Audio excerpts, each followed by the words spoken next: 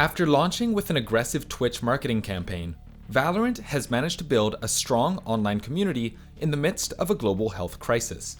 Similar to the early days of League of Legends and reminiscent of other FPS titles like CSGO, Riot started with a slow, hands-off approach, allowing third-party tournament organizers to run their own events and build a healthy, organic community.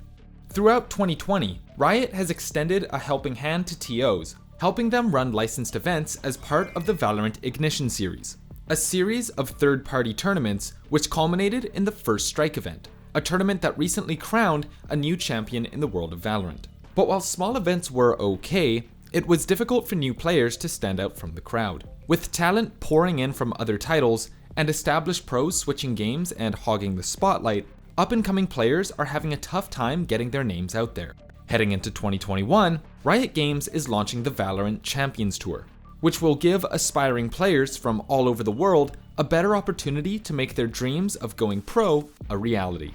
There's been mixed reception to the direction that Valorant is taking as an esport, but before we get into the pros and cons, let's quickly discuss what the Champions Tour series is all about. The VALORANT Champions Tour, or VCT for short, is Riot Games' global tournament circuit. VCT will feature 3 levels of competition: Challengers, Masters, and Champions. Challengers is focused on regional competition, with open qualifiers that anyone can enter. These events will be organized both by Riot and top-tier tournament partners. Top tier being orgs that Riot trusts to host events, and likely includes those that helped run tournaments for the Ignition series. Masters events are basically Riot's version of CSGO majors. They're set to take place only 3 times a year, and feature teams who represent the best talent from various regions. At the very end of the year, the Champions event will represent the pinnacle of Valorant competition, bringing together the 16 best teams that have qualified their way through the VCT and having them battle it out in a 2-week-long tournament. This is pretty much the Valorant World Championships, with the best of the best being crowned at the end of the series.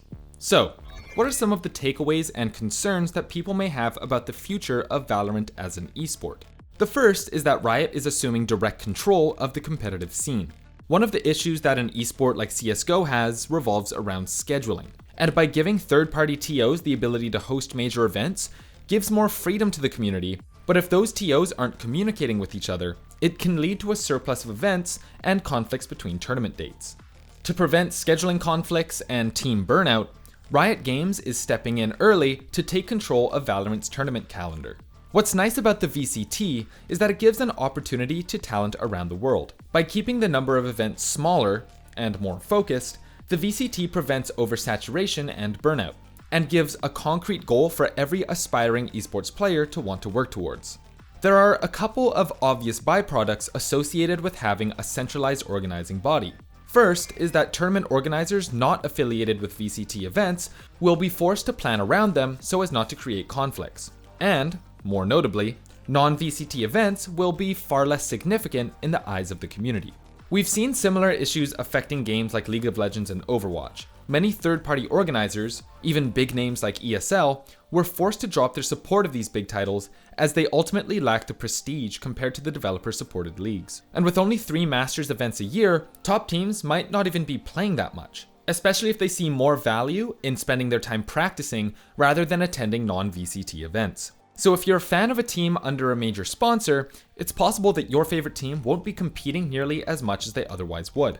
Of course, this is still speculation, but we've seen similar things happen in other esports scenes, and without the best teams playing regularly, it can be difficult for fans to stay involved with the league.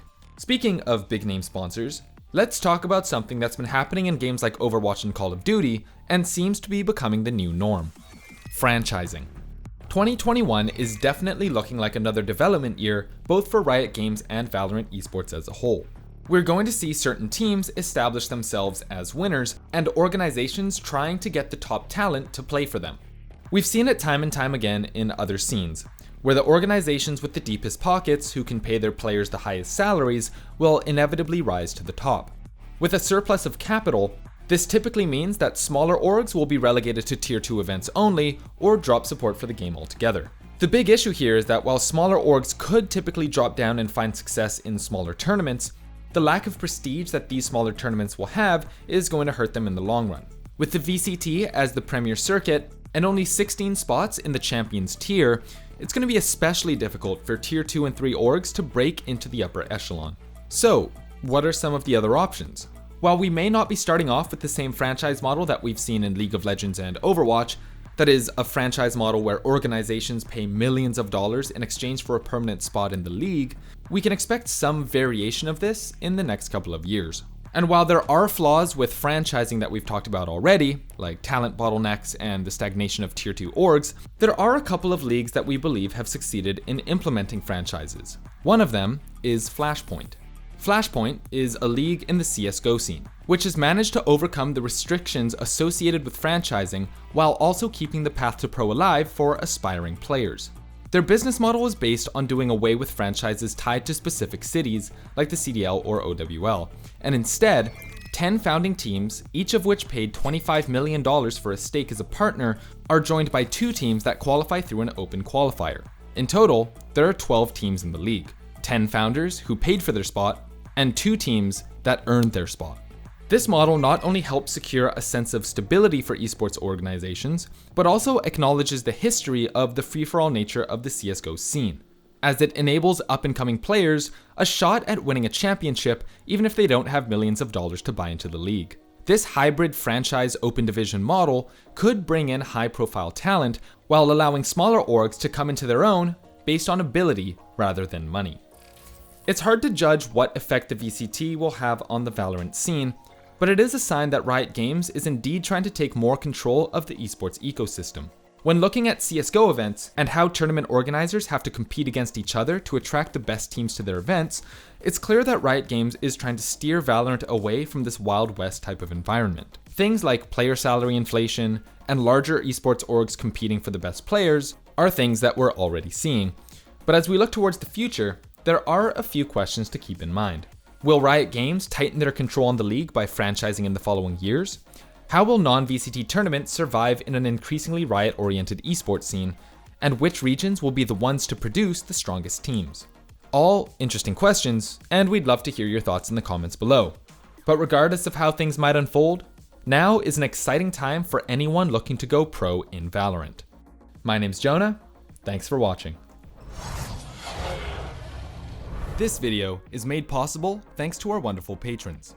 Massive thank you to everyone on this list, and shout out to Arknox, Sammy, Shampoo, Weeaboo, Nathan, Nate, Mauve, Sierra, Foxy, Lyra, and Spartacus for being platinum supporters, and an extra special shout out to Raffi, Noodles, Marco, and Steven for being diamond supporters. If you want to support our channel and unlock perks, check out the Patreon link in the description below, or join our Discord server where we take suggestions for videos like this one. If you want to help us out in a different way, leaving a like, subscribing, and hitting the bell to stay up to date is also appreciated. My name is Jonah, thanks for watching.